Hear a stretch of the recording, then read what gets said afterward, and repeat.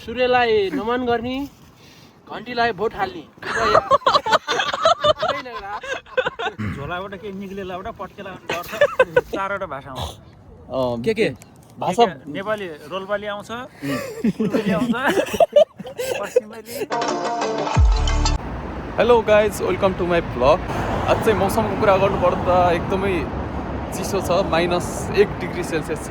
म चाहिँ आज हामी 1-2 क्लास सँगै पढेको साथीहरूलाई भेट्न जाँदैछु। सायद 1-2 क्लासमा पढ्दा त अब सानो सानो कुराहरूमा नि खुसी हुने है, अनि सानो सानो कुराहरूमा नि रिसाउने, झगडा गर्ने, सायद त्यो रमाइलो त्यति रमाइलो त अब कहिले नि हुँदैन होला जस्तो लाग्छ है। हिउँ चाहिँ मैले नेपालमा चाहिँ प्रत्यक्ष रूपमा यसरी परिरहेको देखेको थिएन होइन। हिउँ परेको चाहिँ जापान आएपछि चाहिँ प्रत्यक्ष रूपमा परेको देखेको है। हाम्रो चाहिँ ओखरी पोइन्टमा भेट हुने कुरा थियो, अनि त्यसपछि म चाहिँ ओखरी पोइन्टमा आइपुगेँ। केटाहरू आएको छन् कि छैनन्। जापानिजहरू चाहिँ प्रायः अफिस टाइममा चाहिँ एकदमै धेरै भिडभाड हुने गर्छ यहाँ चाहिँ होइन। काम जानेर आउने मात्र, जतिसुकै पानी परोस्, जतिसुकै पसिना परोस्, काम चाहिँ जानै पर्ने हुन्छ होइन। यहाँ चाहिँ अब नेपालमा चाहिँ पानी पऱ्यो बिदा चाहियो, अलिकति हिउँ पऱ्यो बिदा चाहियो भन्ने हुन्छ नि त। यहाँ चाहिँ त्यस्तो हुँदैन। त्यसैले जस्तो सुकै परिस्थितिमा नि काममा चाहिँ जानुपर्छ। म चाहिँ साथीलाई फोन गर्छु। हेलो, कहाँ हो तिमी? हाम्रो हिरोको इन्ट्री भइसकेको छ। अब जापानमा बसेर यसरी दारी पालेर त भएन। फेरि हामी चाहिँ सबैजना भेट भयो है।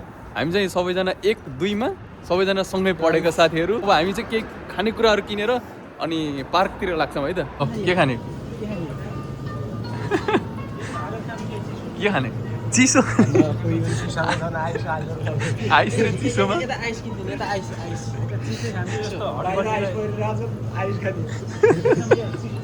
कौन है ये लोग?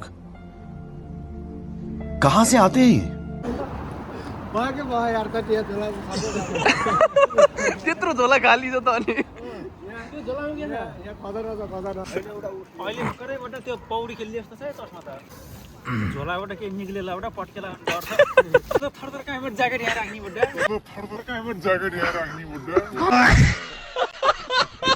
ज्याकेट बाहिर, मान्छेहरूमा कहाँबाट हैरान छ फेरि। ज्याकेट चाहिँ फेरि झोला टोपी लगाऊ। क्या त्यो कान रातो भइयो क्या। यो चस्मा मेरो हो, कलौटे जस्तो छ चस्मा त। टोपी रहेछ त्यो हेर, कान चिसो भयो यहाँ। अहिलेको चुनावमा बुढा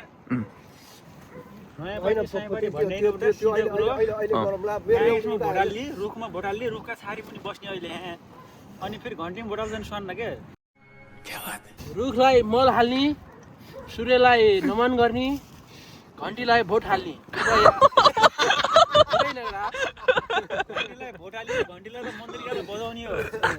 घन्टीलाई बजाउने हो, रुखलाई चाहिँ गोडेमल गरेर सम्हार गर्ने। अनि आँसीको बिरलाई फेरि आँसीमा बिर हाल्ने। माओवादीको त बिर हाल्ने। त्यही भएर रुख चिन्हमा भोट हाल्ने, आँखीलाई जिताउने। अनि टपर त 8 कक्षा टप गरेर हङसम्म आएको होइन। त्यही बेला चाहिँ टपरै हो। फर्स्ट पढाइमा पनि टपर हो, पूजामा पनि टपरै हो। प्रसाद टिप्न मान्छेको नमान टपर। जापान आएर कतिको भाषा सिक्नु भएको? जापान आएर भाषा त अब त्यति खासै छैन, तर भाषा सिक्न आवश्यकता चाहिँ छ यहाँको। जापान आएर भाषा होइन, म नेपाली भाषा सिकाएको छु जापानिजलाई। एक दुईवटा शब्द भन्नुहोस् त जापानको भाषा। के 안녕하세요, 감사합니다, कैसे लोग रहते हैं यार यहाँ पर। त्यो त कोरियन होइन? कोरियन हो र? 안녕하세요, 네 친구들 만나서 반갑습니다. खामसामिदा होइन, त्यो त तपाईँ कोरियन पनि पढ्नु भयो है। 1 वर्ष कोरियन बसेर त्यो दसैँमा आशीर्वाद दिँदाखेरि कोरियन परेर जापान गएस् भनेर आशीर्वाद लाग्यो क्या। त्यो आशीर्वाद चाहिँ यहाँ लागेको। तपाईँहरू दुईजनै कोरियन परेको नि, तपाईँहरू दुईजनै कोरियन। ल कोरियन एकछिन कुरा गर्नु पर्यो। ल दुईटाले ल। कोरियन तपाईँ नि कोरियन पढ्नु भएको? निहाओमा छङ्गले फेरि कोरियन भइहाल्छ, तपाईँ नि- चाइनिज भइहाल्छ, कोरियन के हो? पुरै बुझ्न सकेन यार। कोरियन भन्दा चाइनिज कोरियन भन्दा चाइनिज, अब चाइनिज भन्दा मलाई हो के हो? मलाई पनि आउँछ साउथ बोलाउ न। ini macam taule la. Assalamualaikum warahmatullahi wabarakatuh. यो चाहिँ कुन हो Arabic, Chinese, अनि अन्निङ आसी हो कोरियन. तपाईँले कतिवटा भाषा आउँछ दाइ मलाई 6 भाषा आउँछ.